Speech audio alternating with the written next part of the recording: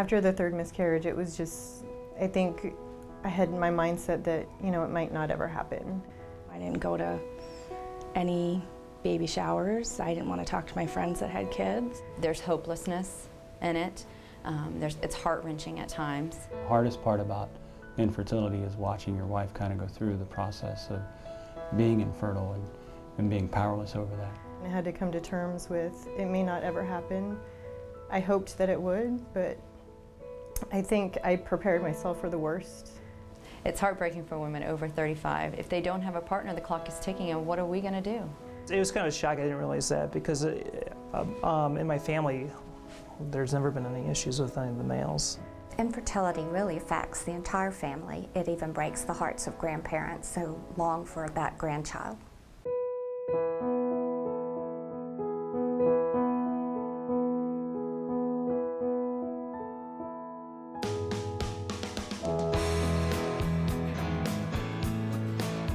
Infertility is a medical disorder that cuts across ethnicity, race, religion, and even socioeconomic status. So we have women and men from all backgrounds who have struggled with this disorder. And what is very positive is that also cuts across all of these aspects is the fact that we can help those couples to become pregnant. We can help those couples to achieve their dream of having children. Sometimes family, friends will say, well, if you would just relax, it would happen. But sometimes there really are medical problems that are preventing pregnancy, and it's very important for couples to understand that those medical problems can be identified and corrected. Patients think that there's sort of a cookie cutter way that we do things, and it's not. It's based on age, it's based on family history, it's based on their pain issues, it's based on their history of surgery, their history of problems in the past with gynecologic problems. After the history, physical, and blood work, then there are several other tests that need to be performed. Very important among those tests is the semen analysis. Once the basic infertility evaluation has been done and we can determine the cause of infertility, in many cases women just wouldn't be able to get pregnant without surgery. Either their tubes are blocked and sperm and eggs can't get together, or once sperm and eggs get together and they can't, and an embryo is formed, there may be difficulties with implantation and risks for miscarriage if these surgeries hadn't been done.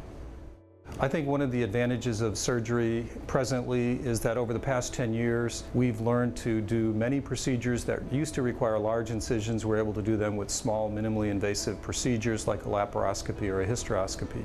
The hysteroscopy is especially designed to look inside the uterus, the cavity of the uterus, and it's, again, a minimally invasive surgical procedure. You do require anesthesia to have it, but it's a very quick anesthesia and a quick recovery period as well. There's no incisions on the body. We just go through the natural opening of the uterus.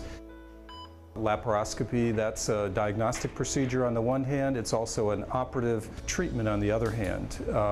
Sometimes when we really don't have the answers after a basic evaluation as to what the cause of someone's infertility is, we'll have to proceed to a more invasive step. That would be a diagnostic laparoscopy. Then we would have the ability to look not only at the reproductive organs, but at the other organs associated with the reproductive organs in the pelvis. Potential problem, she may have a blocked tube on one of the x-ray studies. She had a blocked tube.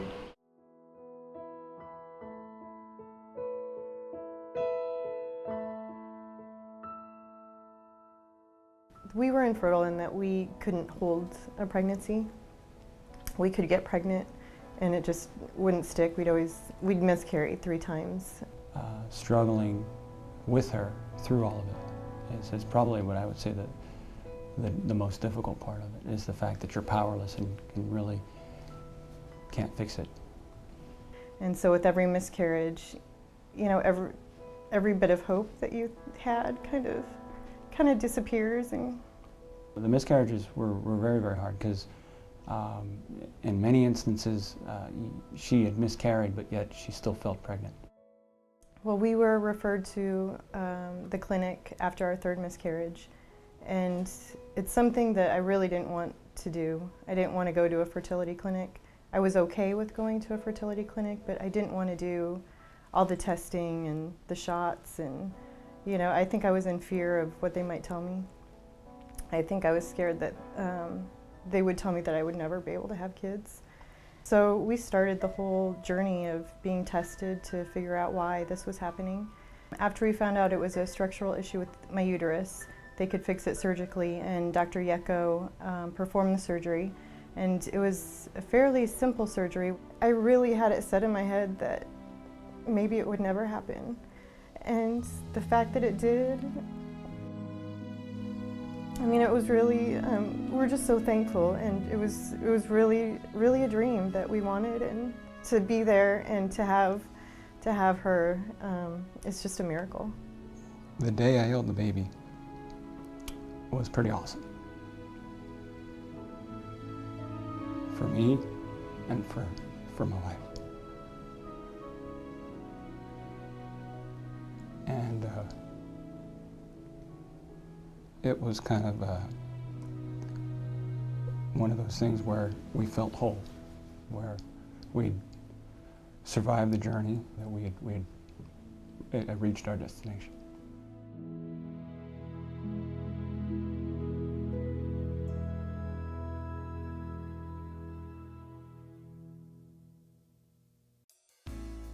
In vitro fertilization is what IVF means, and what it is taking the sperm and the eggs outside the body and combining them literally in glass, which is what in vitro really means. You ready to have your procedure done? Yeah. You have a lot of good eggs for us? The scenarios with IVF are that there's different kind of infertility factors. So the typical type is where a couple needs to have their eggs stimulated and retrieved and then fertilized with the husband's sperm, and the resulting embryos then put back into the wife's uterus. This is an ovary, and those are follicles. Each one of those dark circles have fluid, and in that fluid there's an egg. There are different scenarios where the husband may be sterile, and that's where we actually also take the sperm and inject it into the egg. It's a procedure that's called intracytoplasmic sperm injection. But if that can't happen sometimes, then we do use donor sperm to fertilize the egg. The other scenario that we talked about is that when a woman doesn't have her own quality eggs, then we use a donor to go through IVF, get her eggs out, and then fertilize it with her partner's sperm, and then the resulting embryos are put back into the woman's uterus at that point. Okay, we're going to check and see if we have eggs in that fluid.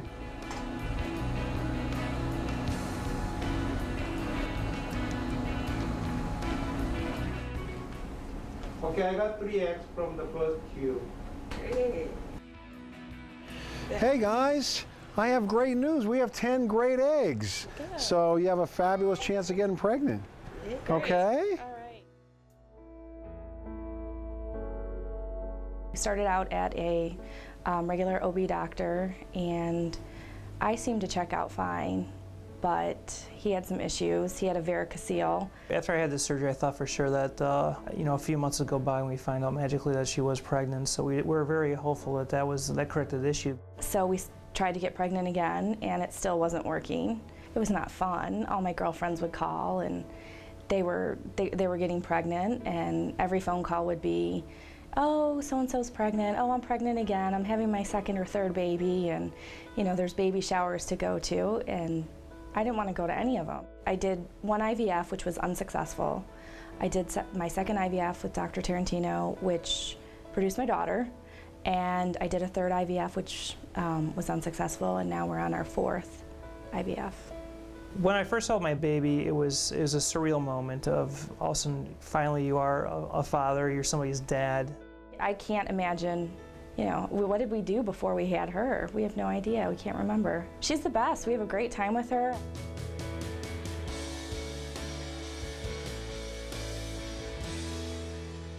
It's very important to us as a practice to be able to help the community, reach out to the community and educate. One of the ways that we are doing that now is that we have established the New Beginnings Fertility Conference, which is a wonderful free seminar for couples that are given one weekend each year. The most important thing in this journey and struggle to overcome infertility is to gather information, because certainly information is power.